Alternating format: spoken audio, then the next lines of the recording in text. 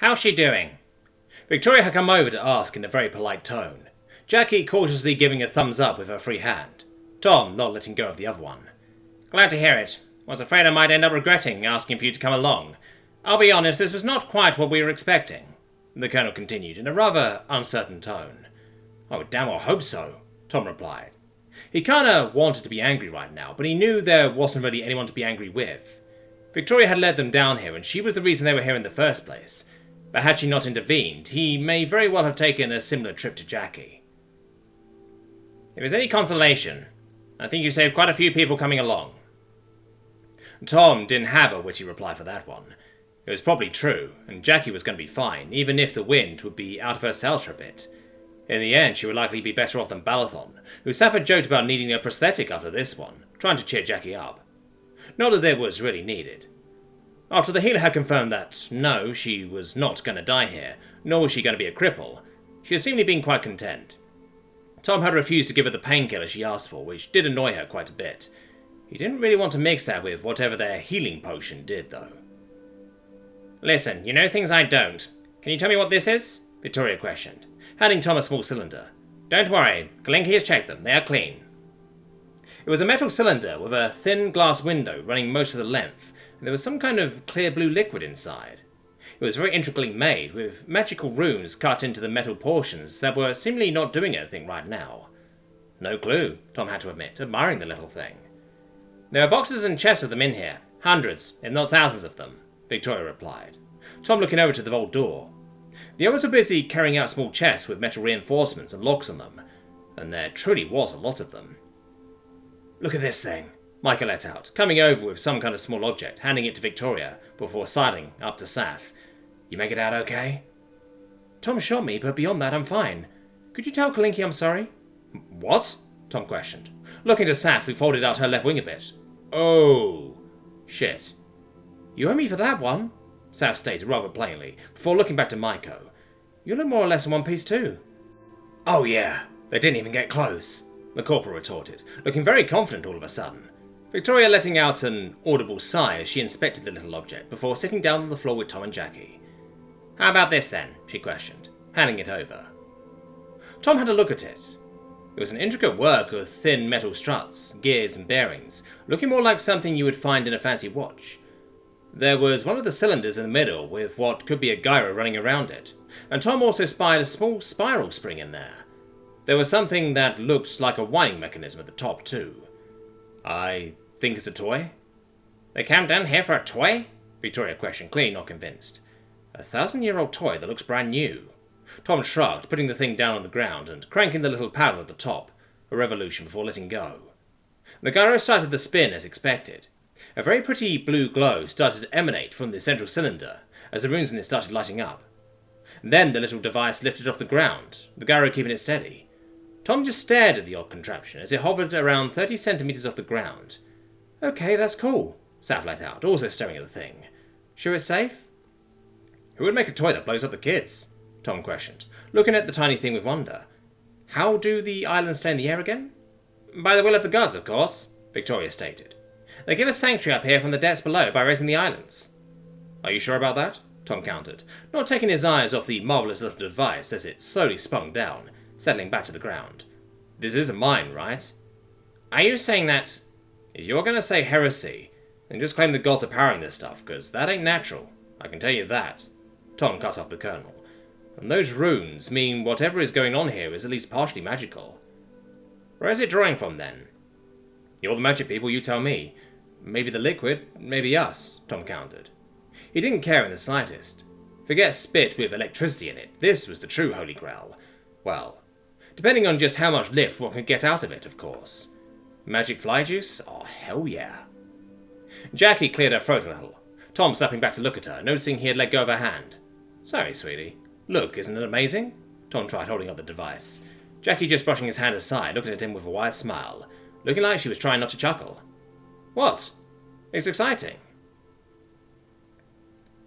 But what about the other vaults? Jordan questioned, having walked over after finishing tending to Balathon. I don't have a clue. They've got a fully grown night terror in here. There must be another route, Victoria replied. Saf just sort of standing there awkwardly, as Micah's attention turned to his superiors. Well, unless they shrank the fucker down, Jordan replied dryly. We were seeing one thing today that shouldn't exist, don't tempt it, Victoria replied, as Saf tried to remember if she had ever heard of someone being able to do that. They did have 2 witches. Perhaps they portaled it in here. Check the boats for spell components. Take Linky and check everything thoroughly, Victoria ordered, sounding like a penny had suddenly dropped. Yes, ma'am, Jordan replied, stopping as he was turning to leave. What about the other 3 vaults? We can't open them without some heavy muscle, and it looks like it took them quite a while too. We can't deal with wards. Check the witches. Jordan did so, walking off at a brisk pace, calling Kalinki over. Saf looked to the colonel, who had gone back up and was surveying the work being done to clear the area and find out just what exactly they had here. I was wondering, those chests of wood, how are they still intact? Magic inside the vaults, maybe. The doors are in perfect condition too. I don't think we should even try opening the other vaults. Good chance there is powerful magic protecting them. Well, there's less stuff to carry, Saf replied, trying to sound optimistic, looking at the growing pile of chests and crates they were extracting from the vault. Look at this, Kalinki shouted out, walking over with a leather satchel. Personal effects, official stuff too. Saf tried to get a look, throwing a glance at the small camp, which had apparently served as the home for the 2 witches. We found sleeping gear for 5, ma'am, Kalinki added, as Victoria started to go through some scrolls, Maiko taking some too. They were here under orders, it seems. Take the mines, clear the island, establish nursery, find the vault, retrieve contents. They knew what was here and where it was. They even had a crude map of this part of the tunnels, Maiko added, showing another piece of paper. Might just have been what they have explored, though. They had sat down next to Tom and Jackie with the different documents, going through it all in detail. It would seem they had been here for a while. They had the maps, not only of the old section, but also of the system they had come through, even if those seemed a bit more scribbled down. The entrance will be obscured with an illusion. It is but an image, you may pass freely, Victoria read out, from what they were guessing were the witch's orders. They were just here to crack the vaults. There are also notes on how to disable the walls protecting the vaults, Maiko added, handing over another small booklet. There is no way we are opening one of these up without a very skilled mage, Victoria concluded, after having a quick look. Good news is, we have most of their number accounted for, it seems. They were almost out of supplies too after losing Highstyle. It doesn't look like they even got started on the other vaults either, just settling for one. Probably wanted to just make off with what they could and hope we would never find this place, Maiko concluded. But, what do they need this stuff for? Saf questioned, looking towards Tom, who had not moved from Jackie's side. Tom, what could you do with all this?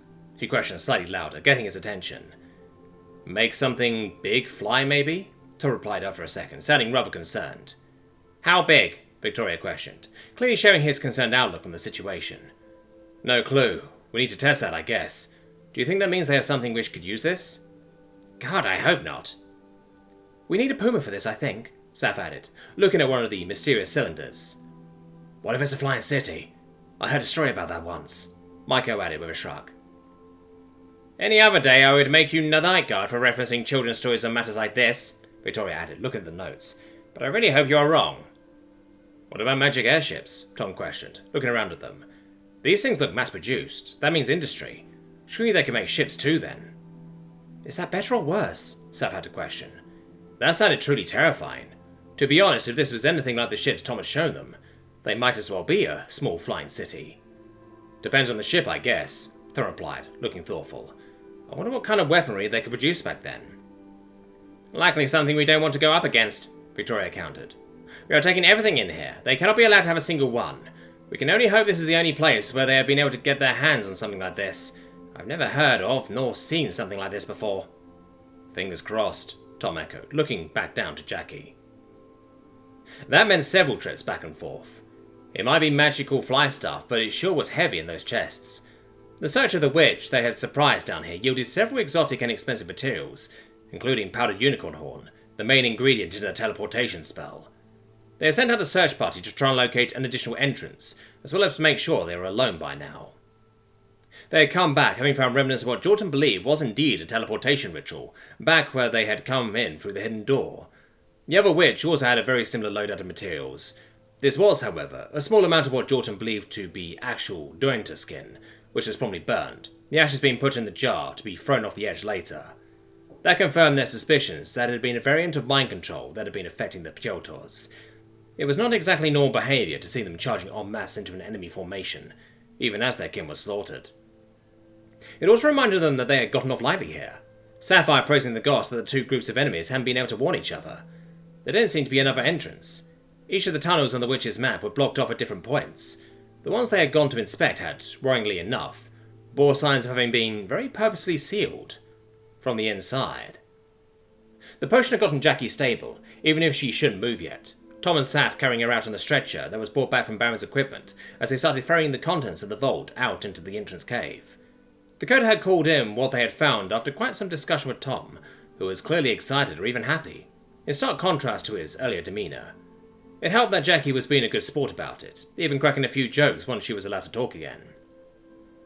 Saf, though, wasn't convinced. He was too happy for what they had just gone through. Saf didn't know what to do about it, though. Jackie seemed under a similar effect, smiling, despite clearly being in a lot of pain. Dakota, on the other hand, could be read like a book, and she looked guilty as sin when Balathon walked out slack-eared, and her claws could be heard on the floor as Jackie was brought out.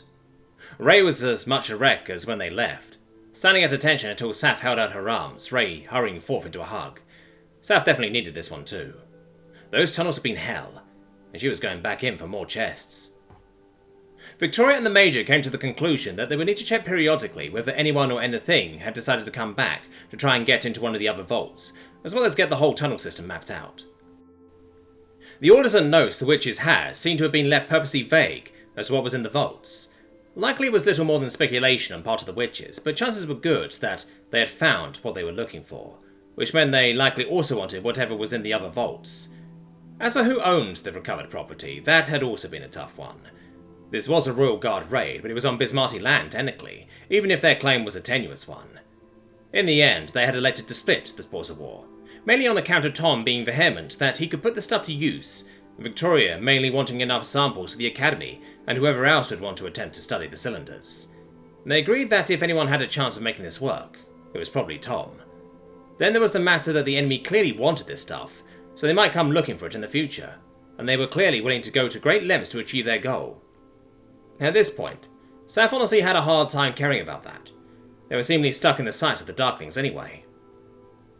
Victoria also expressed concerns that some less savoury dragonettes might want a piece of the pie. There could be no doubt that these things were ridiculously valuable, but they needed to be first and foremost kept from the enemy. That included selling them off to anyone, since you never knew who the real buyer was. Tom had wholeheartedly agreed to that part, though Saf had a suspicion that it was mostly because of what he suspected he could do with them. Once back to the entrance cave, the wounded were tended to, and they got the remaining chests and crates open.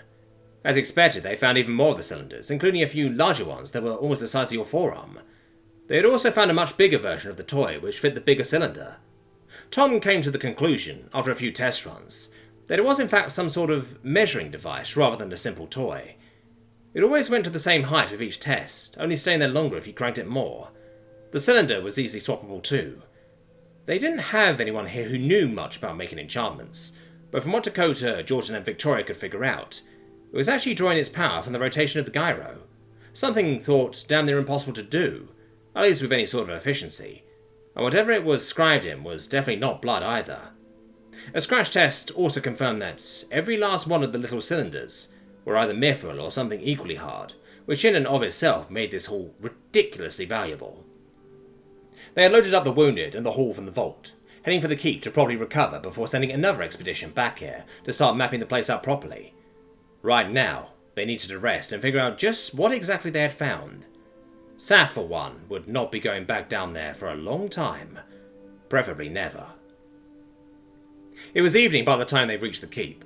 The wounded being moved to the infirmary for proper care, the small army of healers present descending upon them to make sure they didn't lose more people today. The Nook had looked genuinely saddened when she saw the damage to Dakota's face. When she learned what had done it, she was furious. She split her focus between tending to her daughter and giving Jordan, Twitch, Victoria, and anyone else unlucky enough to be in shouting range a verbal dressing down that had Tom very happy he wasn't the target this time. Even a puma had ended up leaving the room too, as he said, "Better leave her to it." The old man had, of course, jumped at their little discovery with such vigour that it was all they could do to prevent him from flying off right away once they got done with the explanation. He resigned himself to going through every scrap of parchment he had, trying to find something on the old mines and the civilizations that had dwelled on the island in the past.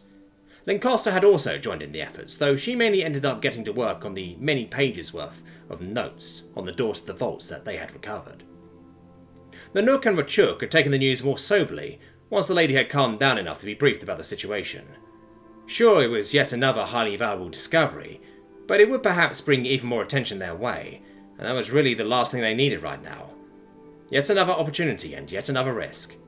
The only really good news was that this meant the combat wing would not be going anywhere, except Grevy, who would be sent back to the capital to report as well as deliver the cylinders that Victoria had claimed for study. Speaking of which, Tom had more experiments to run after going back into the infirmary to check on Jackie and hand her the laptop, for entertainment purposes. Gods bless the souls of the wounded Royal Guards who are about to experience Rambo for the first time. God, she loves that one. He would have preferred to stay with her, but that would have to wait for a bit. Victoria wanted to know as much as possible about the cylinders before they dispatched Grevy tomorrow. They could cuddle up tonight, if she hadn't fallen asleep by then. To his dismay, Shiva had caught him leaving, sending a slight chill running down his spine. But to his surprise, she didn't seem angry this time. "She told me what happened. Good thing we got her armor fixed up, eh?" The smith opened, with a cautious smile. "You can say that again," Tom replied, letting out a breath, though still not quite relaxing. "You should have heard the crack when she hit." "She told me she thought that was it. The last fuck-up. And when she comes around, she sees an idiot asking if it hurts or not." "Not my brightest moment," Tom replied, matching Shiva's slight chuckle. "No, you fucked up there. And yet she found it funny. And then that idiot healer makes her believe she's going to die, if only for a few seconds. And 10 minutes later, you have her try not to giggle again. After you two came back from Deriva, she has been a different person. She often seemed happy before. I don't think she was. She thought she died twice today, as she hasn't tried to play it off as just her being tough as claws. And yet she's still happy, even without the facade." As if on cue, "Ah, yeah," could be heard from inside the infirmary, followed by the steady chug of a machine gun letting loose. "Fuck him up!" "I messed up. I just want to say sorry," Shiva continued with a strained expression. Tom had never taken her for the touchy-feely type, so this was probably not easy for her. It was perfect, though. He didn't want to fight her. He never had. And they were rubbing shoulders all day long in the workshops, after all. It kind of had to be friends in that situation. And they both cared about Jackie that much was abundantly clear. "Hey, if you promise not to come up with an axe again, then it's all good. Might need the help to keep her from killing herself." "Oh, more than you know," Shiva replied, reaching out a hand with a content smile on her face as Rambo blew something up. Jackie let out a cheer. An exasperated, "What the fuck?" coming from someone else inside. It was getting late, but Tom had managed to convince Lancaster to help him figure out what the runes and the little cylinders did, as well as how the gyro thing worked exactly. He took the stuff to the library to look it over with her, clearing a spot on the table as the Puma ran around, taking books down from the shelves. He really wanted to know what those runes on the side did, because it was definitely something. "It's squeezing the liquid," Lancaster replied, sounding more like she was questioning that assumption as the little thing lifted off the table once again. "Not by much, though." "Okay. So what do the runes do?" "I think they are doing the squeezing." "So no magic walls that will explode if we open it?" "I don't think so. But who knows what this stuff is? It's in there tight. The window isn't glass either. I'm not sure we even could break it." Tom picked up one of the cylinders, looking at the top. There was something up there. It looked almost like a one-way valve of sorts. Perhaps the means of putting more pressure inside the vessel. "I want to try and put it under pressure then. We should try heating one up too. It might just be something about the amount of energy being put into the liquid." "Would you mind doing that outside of the library?" Lancaster questioned, worriedly.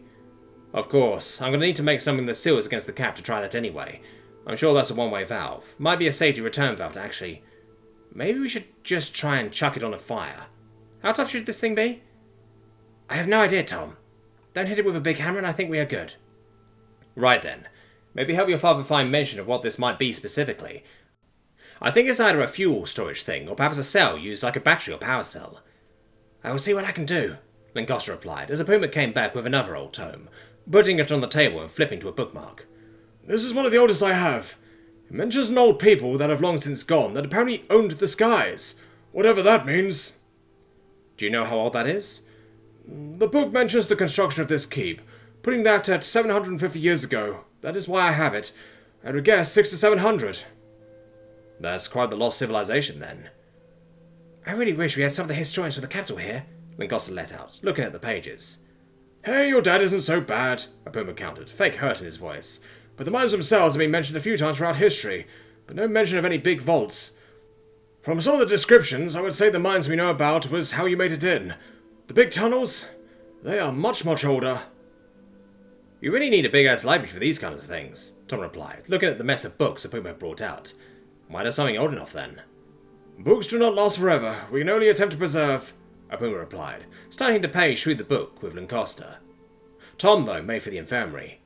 It was too late to start setting up tests with the cylinders, and he had very important snuggling work to do.